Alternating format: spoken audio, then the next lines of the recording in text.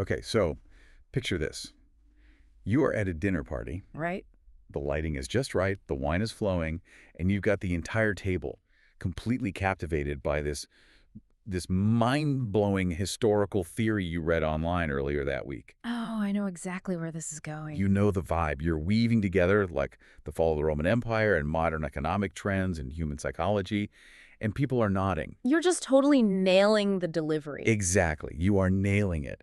And right as you hit the punchline, this sudden freezing cold panic just washes over you. Yep. Your internal monologue just stops dead and screams, wait, did I just confidently spread fake news to all my friends? The absolute worst feeling. Right. Like, did I actually fact check any of that, or did it just, sound really cool? Well, I mean, it is basically the defining epistemic anxiety of our time. That's a great way to put it. It's that creeping dread that you have accidentally become like a node in the misinformation machine, and not because you're malicious, simply because you wanted to share a really compelling narrative.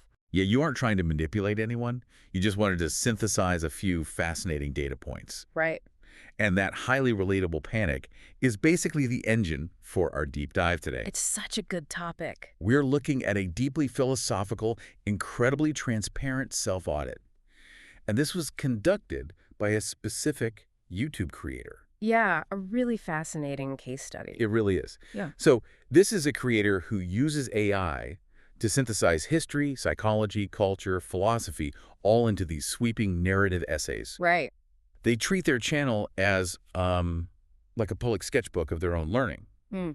But recently, they hit that exact dinner party panic, but at scale. At a massive scale, yeah. Exactly. They looked at their own growing platform and realized, wait, I lack professional academic peer review. Which is a terrifying realization when thousands of people are listening to you. Totally. They started to worry that their synthesis might actually be dangerous. Which, honestly, forces us to look at a fundamental crisis in how we consume information right now. Because we are essentially paralyzed between two impossible extremes. Tell me about those. So on one side, you have this sterile demand for absolute academic perfection, which, I mean, it effectively kills all creativity. Yeah, it's so dry. Exactly. It silences independent thinkers and it locks knowledge behind these massive institutional paywalls. Right, and nobody wants that. Nobody wants that. But then on the other side, if we abandon scrutiny entirely, It's just the Wild West. it's algorithmic chaos. You get the rapid spread of like malicious distortion. So the mission today is to tear down this creator's audit and use it to build a highly nuanced, layered framework for navigating truth on the internet. Okay, let's unpack this, because Okay. to do that, we really have to start by completely dismantling a phrase that has honestly lost almost all of its meaning. Oh, absolutely. Fake news. Yeah, that phrase is just a catch-all now. It really is. According to the creator's audit, we've lazily lumped together 4 entirely distinct phenomena under this one umbrella. Right. So first, you have deliberate misinformation. That is, knowingly false material, Yeah. explicitly engineered to mislead people. The malicious stuff. Exactly. Second, you have unverified claims. This is information that possesses the ring of truth, like it feels plausible, Sure. but no one has actually put in the work to verify the underlying data. Right. It just sounds good. Right.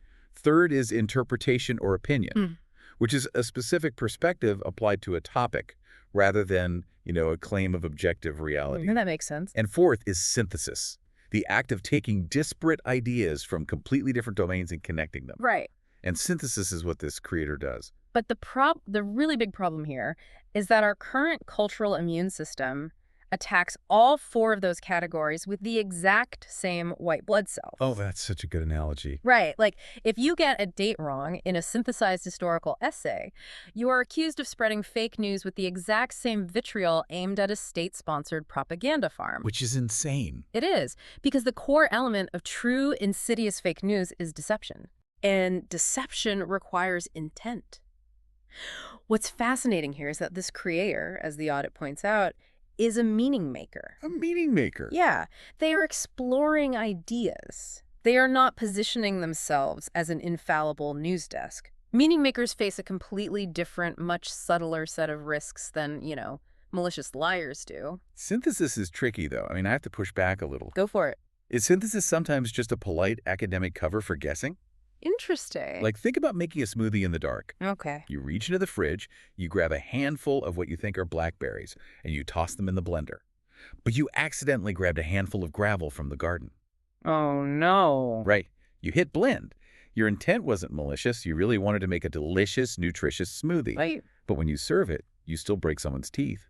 Right. If synthesis involved blending verified facts with unverified claims, the gravel still ruins the drink. How do we keep the gravel out? Well, the smoothie analogy works for intent, but it actually fails to capture the algorithmic speed and the psychological packaging at play here. Okay, how so? The danger for a meaning maker isn't that they are blindly grabbing gravel, it's that their enthusiasm for the recipe, like the overarching narrative they are trying to build, causes them to look right at a very convincing pebble and convince themselves it's a blackberry. Oh, wow. Yeah, when you explore the edges of established knowledge, you aren't guessing randomly, you are extrapolating. Right. So the risk isn't active deception. The risk is that your synthesis creates a powerful illusion of certainty where the science or the history is actually still deeply unsettled. Which brings it right back to the dinner party for you, the listener. Exactly. When you corner a friend and tell him about the Roman Empire, you aren't claiming to be a tenured historian. You are synthesizing. You are trying to make meaning out of the chaos of information you've consumed. And we have to be allowed to connect those dots without being accused of malicious propaganda. Right. But that doesn't let the creator off the hook. No, it doesn't. If they aren't maliciously lying, where is the actual danger in their content? And that leads directly into the audit. Right. The audit identifies 4 highly specific pressure points that naturally occur when someone tries to make meaning out of complex topics. And these 4 pressure points are fascinating because they are the exact same mechanics that make the creator's content so engaging in the first place. It's a double-edged sword. Completely. So the first one is pattern making across domains. Right. A creator who loves to connect history, psychology, and culture is going to see patterns everywhere. I mean, the human brain is a pattern recognition machine. It's how we survived on the savannah. We're wired for it. Exactly. But when applied to vast historical epochs, this leads to apophenia. Apophenia. Yeah, it's the tendency to perceive meaningful connections between unrelated things. Okay. The audit uses the creator's claim that decades cycle every 30 years as a prime example of this. Oh, the 30-year nostalgia cycle. You've heard of it. Yeah. Like the 2010s were obsessed with the 80s, right? Yeah. Stranger Things, synth pop. Yep. And now the 2020s are obsessed with the 90s, grunge aesthetics, baggy jeans. It feels incredibly neat and tidy. You hear that, your brain just goes, ah, yes, the code of the universe. It feels neat because it acts as a heuristic, like a mental shortcut. Right. But it is not a rigorously proven empirical law of history. It's not gravity. No. It's an observation based on highly selective cultural sampling. If you state it as an immutable law, you are crossing the line from observation into empirical claim. You are inching toward that gravel in the smoothie, Precise. which flows right into the second pressure point.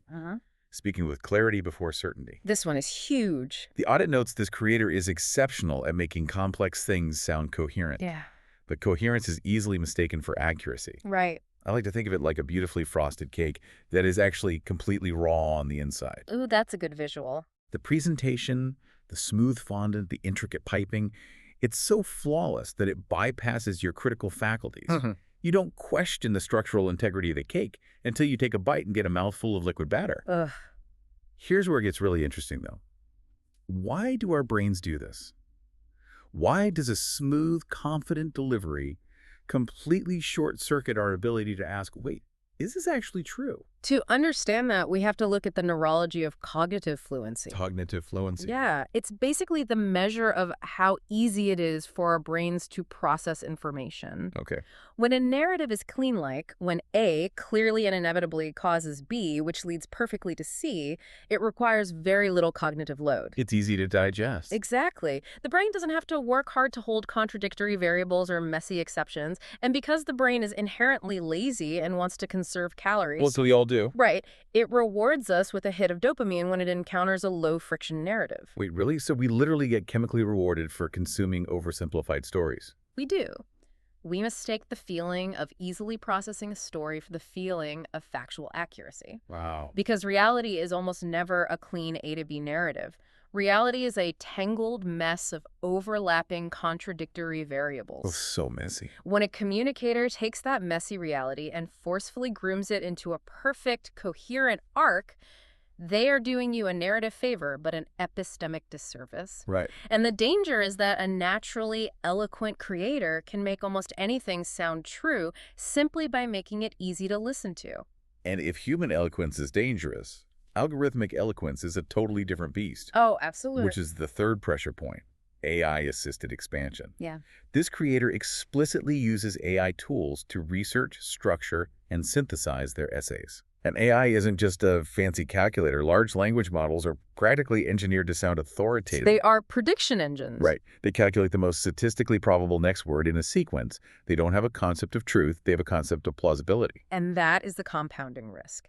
AI smooths over uncertainty by design. Yes. If you ask an LLM to connect two vaguely related historical events, it won't shrug and say, there's not much evidence for this. It's never going to admit it doesn't know. Never. It will confidently hallucinate a nuanced bridge between them just to satisfy your prompt. It delivers confident coherence on demand. Which is exactly what we just talked about. Right. If you have a human creator who is naturally prone to building clean narratives, and they are using a machine that is programmed to deliver plausible certainty, Well, it's a perfect storm. the potential to inadvertently generate highly convincing raw batter cakes goes through the roof. You have to meticulously vet the AI's output, or you're just passing the machine's hallucinations straight to your audience. Exactly. Which ties into the fourth and final pressure point from the audit: blending fact and philosophy. This one is subtle but so important. This creator's content constantly straddles the boundary between objective reality, subjective interpretation, and poetic metaphor. Right. The risk isn't that they are lying. The risk is that the boundary gets blurred so smoothly that the viewer entirely loses track of what is a hard historical statistic, what is the creator's philosophical interpretation of that statistic, and what is just, a cool metaphor used to transition between paragraphs. It creates a state of epistemic vertigo for the viewer. Epistemic vertigo. I like that. If the creator transitions from a hard economic data point about inflation in the 1970s directly into a philosophical musing about the soul of the American worker, Right. the viewer's brain often carries the empirical weight of the data right into the philosophy. They begin to treat the creator's philosophical musing as if it were a peer-reviewed economic fact. That makes total sense. But, the creator's self-audit doesn't just list these traps and give up. No, they actually did the work. They really did. They went through their own PDFs, their actual scripts, notes, and published essays to see how often they fell into these traps. And what did they find? Well, the fascinating thing is that they found a robust set of natural defenses they had already developed. They call it anti-fake news behavior. That's a great term. Let's look at a specific example from a document they wrote about early childhood parenting. Okay. When discussing a complex developmental milestone, the creator didn't say, "Here is the absolute rule of child development." Right. Wrote, "My current understanding is that this typically happens around 6 months." And then they immediately deferred to pediatricians. See, the phrase, "my current understanding," is a massive linguistic safeguard. It's so simple, though. It is, but it fundamentally alters the contract between the speaker and the listener. How so? It immediately signals that the creator is not an omniscient authority. It acknowledges the temporal nature of knowledge. Like, this is what I know right now, implying it could change as I learn more. It's just 3 words, my current understanding. But it changes the entire geometry of the conversation. It really does. When someone says, "Here is the truth, my defensive walls go up," I want to find the flaw in their argument. You're ready for a fight. Exactly. But when someone says, "My current understanding is," they are inviting me into their process. They're disarming the tension. Right. There's another brilliant example in a document they wrote analyzing Reaganomics. Okay, let's look at that. Now, obviously, we are looking strictly at the communication architecture here. Yeah. We are completely neutral on the politics of the era. Of course. A viewer challenged their interpretation, and the creator responded, "Your understanding is directionally correct, but," and then proceeded to outline the missing context from both the supporters of the policy and its harshest critics. Which is the exact opposite of how algorithmic platforms want us to communicate. Right. The algorithm wants blood. It does. Most content that thrives online, regardless of its political orientation, relies on absolute certainty and the deliberate omission of opposing context. Right. So by validating the viewer, saying you are directionally correct, and then calmly introducing the missing nuance, the creator actively dismantles the binary mechanics of misinformation. They refuse to play the game of total ideological victory. Exactly. They also do this with philosophy. In a deep dive on Advaita Vedanta, an ancient Indian non-dualistic philosophy, they don't present it as the definitive nature of the cosmos. Right. They explicitly state, I will speak from the standpoint of Advaita Vedanta, they treat the philosophical system as a lens you can put on and take off, rather than, a cage you have to live inside. Which is so refreshing. It is. And in their historical analysis of the 1980s, they completely reject the single cause narrative. Yeah. They don't say Ronald Reagan single-handedly changed the culture. They map out Federal Reserve policy, the rise of globalization, shifts in media consumption. They embrace the messy overlapping reality. So if we pull all these examples together, we see a masterclass in responsible synthesis. Thoroughly. Treating systems as perspectives, explicitly signaling uncertainty, embracing multi-causal history. This creator is proving that it is entirely possible to explore highly complex, deeply debatable topics in public without ever claiming to possess the ultimate definitive truth. They're building a methodology for intellectual humility. However, Here we go. the audit is brutal in its honesty, and it pivots hard into where this methodology breaks down. Because nobody's perfect. Exactly. Yeah. The creator identifies a zone where factual reporting dangerously bleeds into the vibe of the story. The vibe. Let's look at a line from their 1980s document. The creator wrote, "America walked into the 1980s tired, suspicious, and hungry for confidence." Wow. I mean, that is a narratively brilliant sentence. That is. It immediately evokes a mood. It captures the friction of the era, but we have to recognize the severe friction point between emotional truth and factual truth. Right. You cannot empirically measure a country's hunger for confidence. You can't put that on a spreadsheet. No, it is an interpretation of a cultural mood synthesized from various data points like election results, inflation rates, and pop culture trends. Okay. The risk is that a viewer, swept up in the undeniable momentum of that narrative, absorbs that emotional resonance as objective historical reality. And then there's this line. Describing the previous decade, the creator wrote, "The 70s didn't shine, it forged." Oof. I mean, I'm sorry, but as someone who loves a good story, that is fantastic writing. Yeah, it really is. It punches you right in the chest. Yeah. But the audit flags this as a dangerous habit of anthropomorphizing systems. Treating a decade like a person. Right. Treating a decade, which is just an arbitrary 10-year block of time filled with billions of individual conflicting human experiences, as if it were a single character with a specific intent to forge something. Right. Now, I have to challenge the audit here. Let's hear it. Isn't this kind of mythologizing the only reason anyone remembers history at all? That's a fair point. If a historian just reads off a spreadsheet of inflation rates and geopolitical treaties, it's a dry textbook. Nobody learns anything. We need poetry to make the data stick, don't we? We do need poetry to make the data stick. Yeah. Storytelling is the ultimate delivery mechanism for human knowledge. Okay, good. But if we connect this to the bigger picture, we have to look at the cognitive framework the creator uses to audit themselves. Right. The healthy, rigorous flow of information looks like this. It goes from fact to interpretation to meaning to story. Fact, interpretation, meaning, story. Right. So you start with the hard data of 1970s stagflation. That's the fact. Got it. You interpret that as economic anxiety. You derive meaning people felt abandoned by institutions. And finally, you write the story. The 70s forged. Okay, that makes sense. That is a safe, responsible progression. So where does it go wrong? The profound risk occurs when a creator skips the first 3 steps and jumps straight from story to fact, when they present the vibe as the foundational reality. Right. The phrase "the 70s forged" is a beautiful, poetic conclusion to a long chain of data.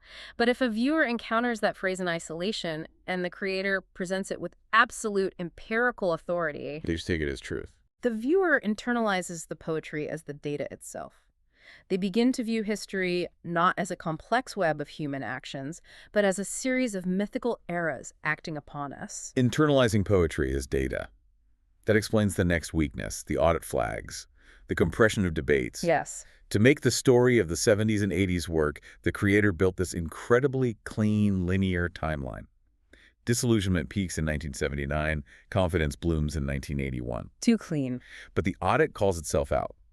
Reality doesn't obey neat decadal boundaries. Never. Timelines overlap. A working-class auto worker in Detroit experienced the 1980s entirely differently than a Wall Street broker in Manhattan. Completely different realities. The clean timeline steamrolls over all that vital, messy nuance. And they even found this compression in their scientific synthesis. Oh, really? Yeah, in a parenting document, the creator confidently stated, early introduction of allergens may reduce allergy risk. Ah, which is a sentence that highlights the danger of compressing an evolving scientific consensus into a static rule. Modern pediatric research does point in that direction, but it is heavily caveated. Of course. It depends on the specific allergen, the family history, the timing. By stating it as a flat, absolute rule, the creator strips away the context of an ongoing, highly complex scientific debate. They offer the raw cake with the perfect frosting. Exactly. The clarity of the storytelling accidentally creates unwarranted overconfidence in the viewer's mind. This sets up the absolute philosophical climax of this audit. This is where it gets really deep. The creator proposes a scenario that I think defines the modern internet. Let's call it the 80% accurate sketchbook dilemma. I love this concept. The creator asks a really bold question. If I explicitly present my channel not as a rigorous news desk, but as a public diary, a sketchbook of my own ongoing education, Right. and the content I produce is, overall, directionally sound, let's say it hits an 80% accuracy rate, is that acceptable? It's a great question. The source material notes this massive paralyzing tension in our culture right now. Right. If we hyper-police every single minor error, if we demand 100% academic rigor from every person who speaks into a microphone, we cultivate a suffocating cynicism. We really do. We create an environment where only a tiny handful of dry institutional voices are deemed safe. And paradoxically, that might actually destroy our collective intelligence because it completely silences thousands of creative, synthesizing voices who are capable of making complex topics accessible. It's the central tension of public intellectualism in the digital age. Right. Because if we demand 100% rigorous perfection, we enforce a chilling effect. We restrict the sharing of ideas to a cloistered elite who communicate in jargon that the general public cannot penetrate. Let's play this out. I want you, the listener, to imagine this. Okay. Imagine a peer-reviewed academic article detailing the macroeconomic shifts of the 1980s. Sounds thrilling. Right. It is flawlessly researched. It is 100% accurate. But it is so incredibly dry, so dense with mathematical modeling, that the average person falls asleep on page 2 and retains zero information. Totally. Now, imagine you watch a 20-minute video essay by a passionate creator.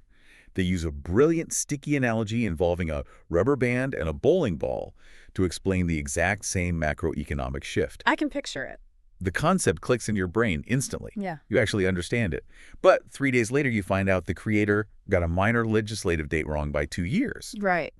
Do we throw the creator in the trash? Do we label them a purveyor of fake news and deplatform them? So what does this all mean for us as consumers?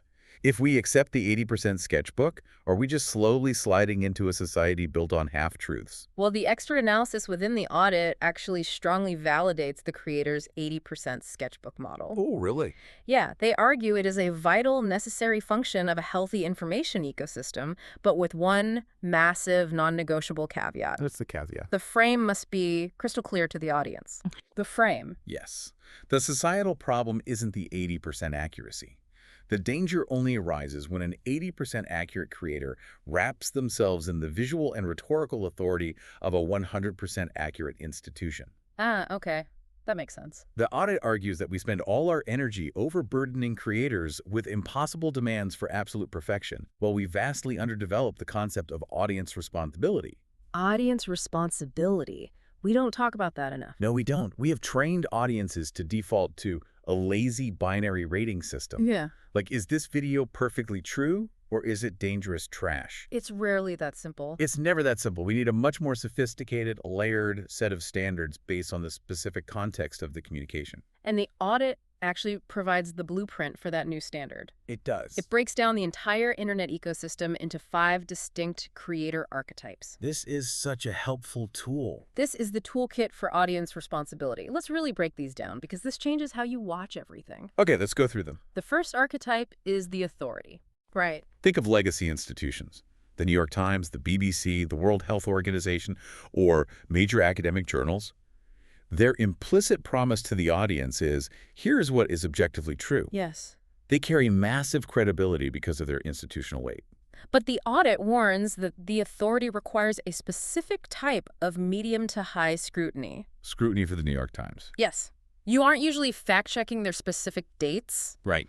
You are scrutinizing their framing. Ah. Institutions have an inherent bias toward self-preservation and the status quo. They decide what stories are important enough to cover, which implicitly shapes reality. Their danger is the illusion of complete objectivity. That's a great point. Okay, the second archetype is the interpreter. The interpreter. Think of highly polished explanatory journalism. Channels like Vox, Kurzgesagt, or specialized data journalists. They make great stuff. They do. Their core promise is, here's how to understand this complex thing. They don't just report the news, they build mental models. They use incredible motion graphics and tight scripts. They are amazing for getting up to speed on a topic. But the interpreter requires medium scrutiny specifically regarding what they left on the cutting room floor. Because they have to cut a lot. The massive amount. To make a graphic look that neat, to make a 10-minute video flow that perfectly, they had to cut away a bunch of messy, contradictory data. Right. The danger of the interpreter is that their elegant explanations make you feel falsely confident that you fully grasp a deeply nuanced issue. You feel like an expert after 10 minutes. Exactly. Okay, the third archetype is the explorer. Which is where our creator lives. Exactly. Yeah. This is the exact category our audit creator lives in. Their entire vibe is, I am figuring this out in public, come along with me. Yeah. They offer vulnerability, honest curiosity, and fresh, synthesizing thoughts. Yeah. They are the sketchbook. And the audit says they require low to medium factual scrutiny. Why? Because you aren't supposed to be memorizing their words for test. You're supposed to be thinking alongside them. If they get a date wrong, the process of discovery is still valuable. That's a beautiful way to look at it. Now, the fourth archetype shifts the dynamic entirely. The performer. Yes. Think of Mr. Beast or high-octane commentary and reaction channels. Blackbeard. Very loud. Their primary, often sole objective is feel something right now. They are optimizing purely for algorithmic engagement, dopamine hits, and watch time. Right. The audit suggests you apply very low factual scrutiny here. Like, if you are going to a performer for geopolitical analysis, that is an audience failure, not a creator failure. Yeah, it's on you. Exactly. But you must apply extremely high emotional awareness. You have to recognize when your outrage or your excitement is being manufactured for ad revenue. And finally, the fifth archetype. The advocate. Ah. These are your political influencers, your debate streamers on any side of the spectrum. Yeah. The Ben Shapiros, the Hatsanabas. Their implicit message is, you should believe this specific ideology. They are highly effective at mobilization and providing clear moral frameworks. But they carry the most severe risk of cherry-picking facts. They require intense high scrutiny. When you watch an advocate, you shouldn't just be analyzing the facts they present. You have to actively hunt for the context they are deliberately hiding to strengthen their case. They are lawyers in a courtroom, not scientists in a lab. That's the perfect analogy. You know, to like going to different types of doctors versus a brainstorming session with a friend. Right. If I break my arm, I go to a doctor. An authority, I expect precision. I wouldn't go to a party clown or performer and ask for an x-ray. That would be a mistake. A huge mistake. And if I want to debate the philosophical meaning of pain, I go to a coffee shop with a friend, an explorer. I wouldn't expect my friend to offer a peer-reviewed medical diagnosis. And I shouldn't ask an advocate for unbiased truth. Exactly. This whole framework emphasizes what we call context switching. Context switching. Yeah. The key skill for the modern internet isn't blind trust and it isn't aggressive skepticism. It's calibrating your mindset based on the archetype you are watching. Right. If you judge an explorer's public sketchbook by the rigid institutional standards of an authority, you will be in a constant state of rage. Which a lot of people are. They are. And if you judge an advocate by the standards of an interpreter, assuming they are giving you a neutral mental model, you will be deeply, perhaps dangerously misinformed. We understand context switching in the physical world perfectly. We just completely forget to do it when we open a browser window. Exactly. But once we have calibrated our expectations using the archetypes, we still need a way to judge the content itself. Right. And the audit introduces two final lenses for this: the harm scale and the core tension of style versus truth. Let's talk about the harm scale first. How do we judge content based on incentives and harm? The harm scale forces us to look at the actual consequences of an error. The audit categorizes topics into three levels. First is low harm. This encompasses topics like culture, retro decades, language, or abstract philosophy. In this zone, the 80% accurate sketchbook is completely acceptable. Right. Nobody dies if you get 80s pop culture wrong. Exactly. If a creator's interpretation of 1980s synth pop is slightly flawed, societal stability is not threatened. Right. Then medium harm covers practical, applied topics.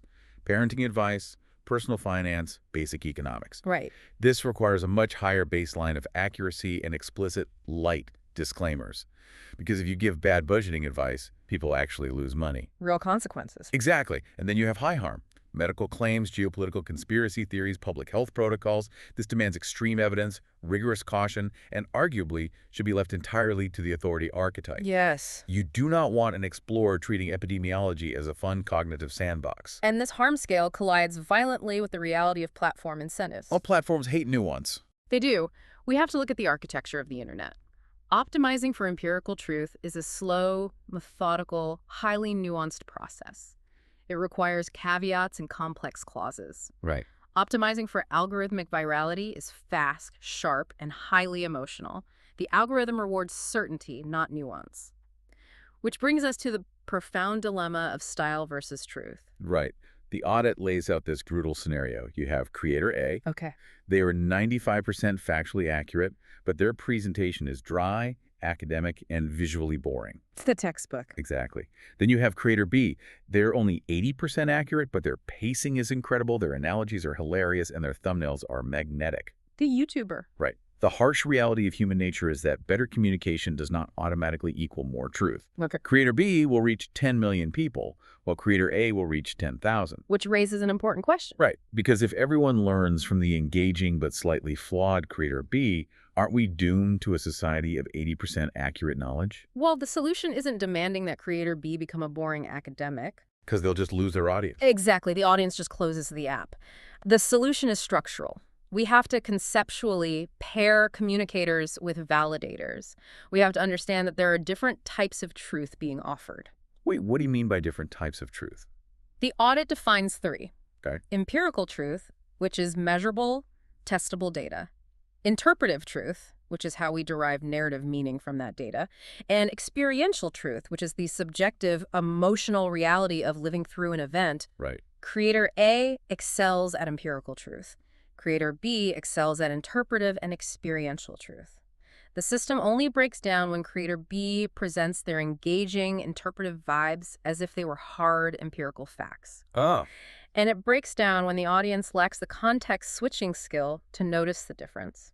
That brings us to Section 8 of the audit, which I honestly found to be the most poignant part of this entire deep dive. It's very raw. It really is. It's what I call the explorer's burden. The creator basically drops the analytical mask and just outlines their deepest anxieties. Well, They use AI tools like ChatGPT and NotebookLM to help research and synthesize.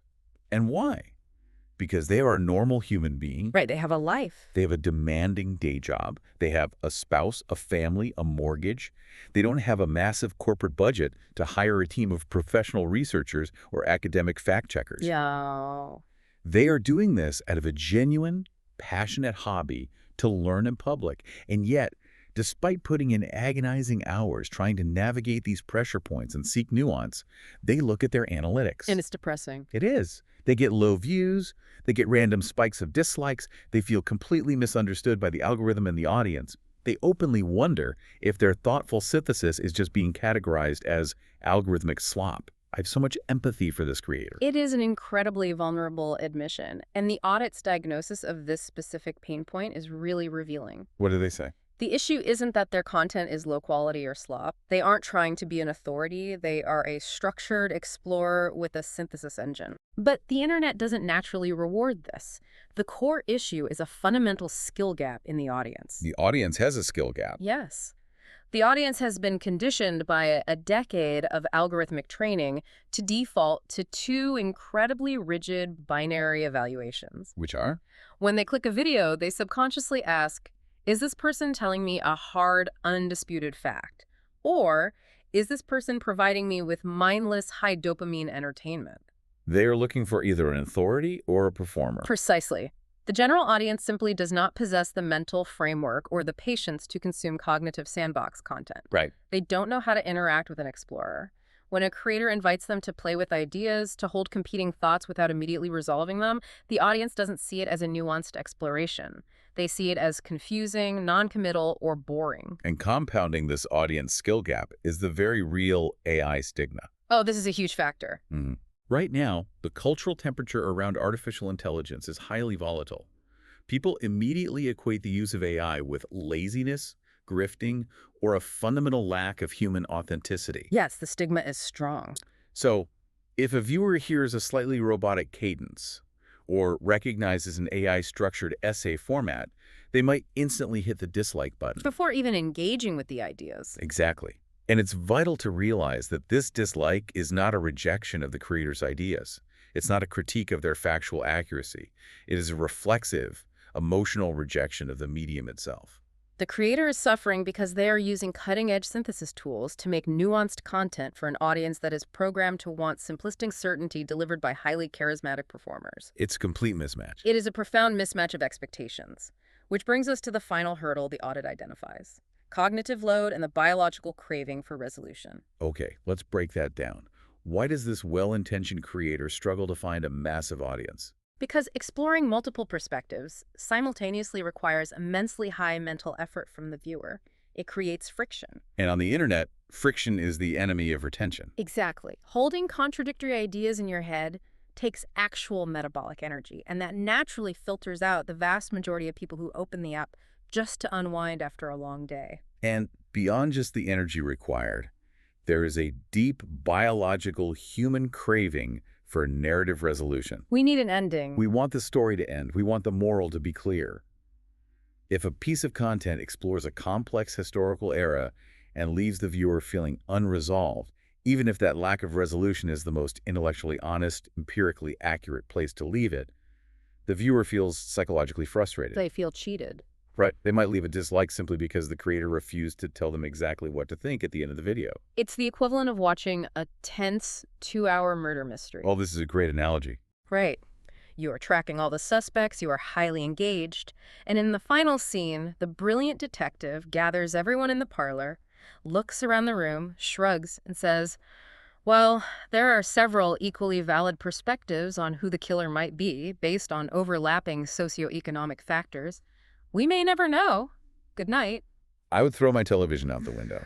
It is incredibly frustrating. Even if, statistically speaking, many real-world crimes remain unsolved, we demand narrative closure from our media. And this is where the audit provides its most actionable, tactical fix for the creator. Okay, what's the fix? The creator does not need to change their underlying content. Good. They do not need to dumb down their philosophy, and they absolutely do not need to fake an empirical certainty they don't possess just to appease the algorithm. Right. They simply need to change their framing. Just to frame. Yes. They must explicitly signal their explorer role right in the first 10 seconds of the video. Saying something like, I am trying to think my way through these massive concepts, instantly resets the viewer's expectations. It turns off the authority-seeking part of their brain. It tells them, we're in the sandbox now. Yes. And then, to satisfy that biological craving for closure without compromising their intellectual honesty, they must provide what the audit calls light resolution at the end of the essay. Light resolution. Right. They don't have to declare absolute universal truth, but they can say, after exploring all these contradictory angles, if I had to simplify this for my own life, my personal takeaway is X. Content on the internet is never judged in a vacuum. It is always judged relative to the expectation the creator sets at the beginning. That is such a powerful insight. It really brings this entire journey full circle. It really does. We started at that dinner party, gripped by the very real, cold sweat fear of accidentally spreading fake news. And what we discovered by tearing apart this creator's self-audit is that for the well-intentioned learner, for the meaning maker, the real danger isn't malicious deception. No, it's not. The real danger is a communication mismatch. It's the subtle trap of presenting interpretive vibes as empirical facts and the cognitive fluency that makes those vibes so easy to swallow. But we also built a defense system. We did. We mapped out the 5 internet archetypes: the authority, the interpreter, the explorer, the performer, and the advocate. We establish the necessity of context switching. We Right. learn to weigh the harm scale before we speak. And most importantly, we validated the 80% accurate sketchbook. We learned that it is completely acceptable, even vital, to learn in public and synthesize messy ideas as long as we frame that exploration with radical linguistic honesty. So the next time you share a captivating theory with a friend, or the next time you are scrolling through a video feed and feel your blood pressure rising, I want you to pause. Just take 1 second and ask yourself, what archetype is playing right now? Such a crucial question. What are they mathematically optimizing for? And what kind of truth, empirical, interpretive, or experiential, am I actually looking for from them in this moment? Building on that, I want to leave you with one final, slightly provocative thought to take with you. Okay, let's hear it. We've spent this entire time talking about how creators must be more responsible with their framing and how audiences must develop better context-switching skills. Right, it's a lot of pressure on the humans. Exactly. It places all the burden on the human beings. But what if we forced the architecture of the internet to bear some of that weight? Interesting. What if the algorithms themselves were mandated to label the archetype of the content before pushing it into our feeds? Oh, wow. Imagine opening your social media app and right before a slick, highly produced video autoplays, a subtle banner flashes across the screen.